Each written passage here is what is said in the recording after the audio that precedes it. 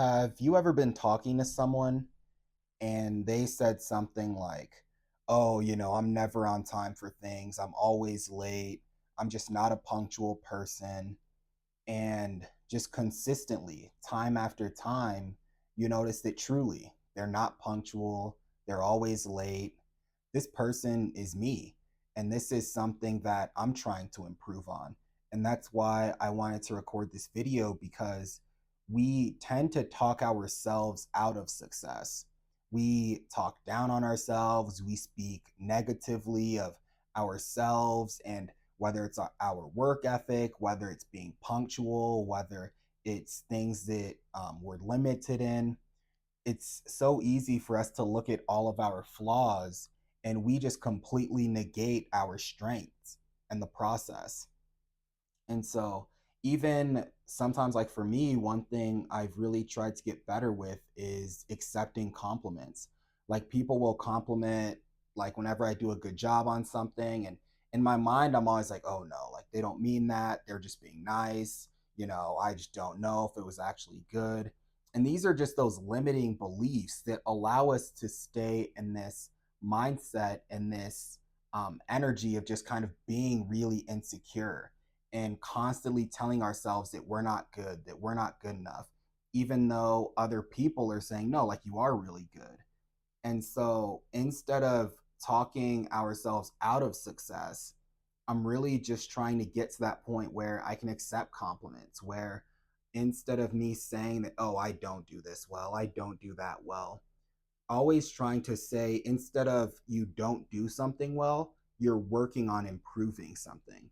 And so I tried to switch that as well. And what I've noticed is over the last few days, I've been more on time, whether that's to work, whether that's to engagements, other things like that.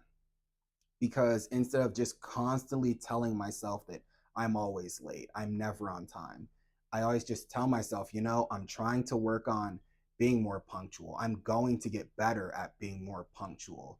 So now, whenever I'm getting ready, whenever I wake up, I'm already thinking about being punctual and I'm thinking about what can I do to leave my house on time today so I'm not late. And so this small tweak in my mindset has really just made a huge difference so far. Because even when it comes to things like school, I was the same way as well, where in school, I just constantly would tell myself, oh, like, I'm not a good student. Yeah, like people tend to do really well in certain classes, but that's not me because this class, it's not my favorite. It's not my strength. I'm not good at this class. I'm not good at this stuff. And so the more that I would tell myself this, the less likely I would be to actually study and apply myself. And the more likely I would be to actually struggle and do poorly. And then I would essentially just affirm all of the negative thoughts, everything that I was telling myself. And then I would get even more negative.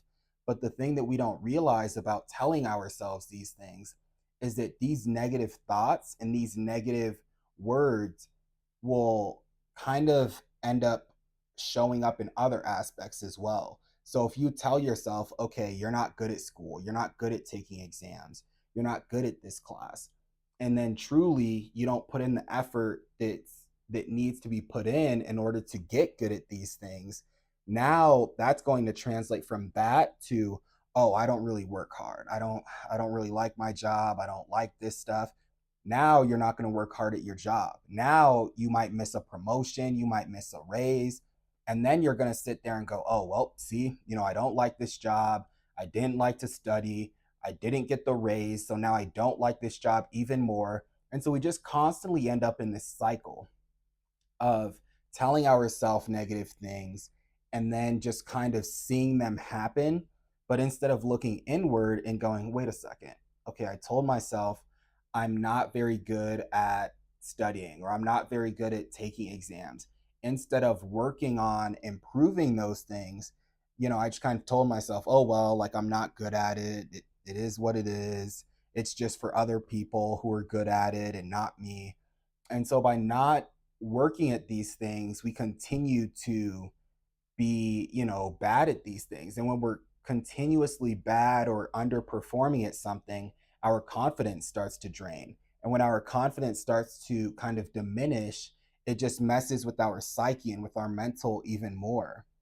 And so that's why, for me, and that's why I want to make this video, just for anyone who's struggling with that negative self talk, that, who is just kind of focusing on their weaknesses, focusing on, oh, well, I can't get into this program because my entrance exam score is low and the average is whatever it's supposed to be. Just talking about how, by ultimately focusing on our strengths and using that as a point, whether that's on our application or whether that's when you interview, kind of highlighting the things that you do have going for you, you allow yourself to just go into it with an open mind. And that's what I try to tell people is try not to defeat yourself before the game is over. It's one thing if the game ends and the other team scores more points than you, okay, sure, but don't forfeit before the game's over. Don't say, oh, that, okay, well, we're down by 15 points going into the fourth quarter.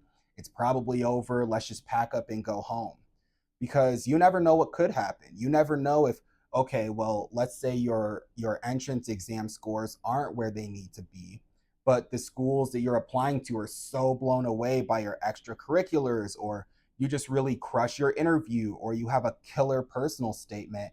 And so now this same school that might have looked at any other person's entrance exam score and go, oof, I don't know. They might go, wow, well, this person is so passionate and their extracurriculars are amazing, and they're such an amazing person, and their work experience is great. Now that same person might end up getting into this school where at first they thought, oh, well, it's not for me, there's no way. And I always tell people the worst thing that can happen is no.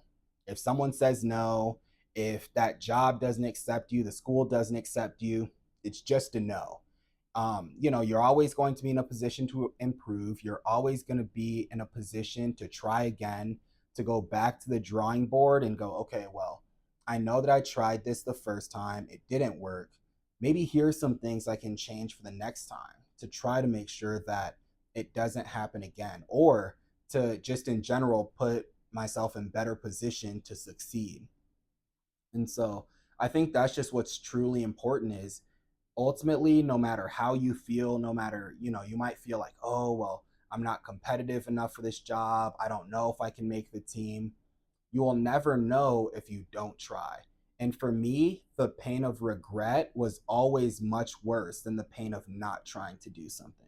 Because for me, I can try to do something. And if it doesn't work out, I just say, well, at least I tried. It didn't work out. I'll live to see another day. Than to not even try out for that team or to not even try out for anything. And now I'm sitting here going, dang, like what if I would have at least given it a shot? And I'll tell you guys another quick story before I head out is I remember in undergrad, I did try to walk onto the track team, and I kind of realized like I just didn't quite have enough experience because I had only ran for a year, my senior year of high school. But I'd been playing basketball like almost my entire life. And I remember by the time I got to my fourth year, towards the end of my fourth year, I just started thinking, I was like, what if I would have at least tried to email the coach at my school, like the basketball coach, and to even see if maybe I could have gotten a tryout to be a practice squad player. At that point, it's like, okay, well, if I was a practice squad player, maybe I would have gotten some scholarship money. I know when I was in college, I definitely wanted to get like all the gear that all the athletes had. I wanted to have the jackets and the training shoes and the backpack and the whole outfit. And so I was like, well, I mean, maybe I could at least get an outfit from it. And so, but by the time I got to senior year, I was like, dang, well, I never even tried to send an email. I never tried to, try out. And because of that, now it's like I always just think like, what if I would have tried? Now, of course, there's a chance like I wouldn't have gotten a response. Maybe I did get a response. I try out, I don't make it, but at least I know. Like, okay, well, at that point, I tried to put myself in position to make the team, and it didn't work out. And so, yeah, that was another reason. That's I just thought about that as I was getting ready to wrap up the video. But yeah, you guys, I just wanted to make this video to really talk about the importance of just not talking yourself out of success. And instead of if anything, learning to accept compliments, learning to, instead of focusing on your weaknesses and telling people like, oh, I don't do this, I don't do that well, I don't do that well, just reframing it and saying, okay, I'm working on this, I'm working on improving this. And so if you guys got anything from the video, please let me know in the comments below. And if you guys enjoy these videos, please like, comment, and subscribe for more videos just like this. And I'll see all of you guys in the next one.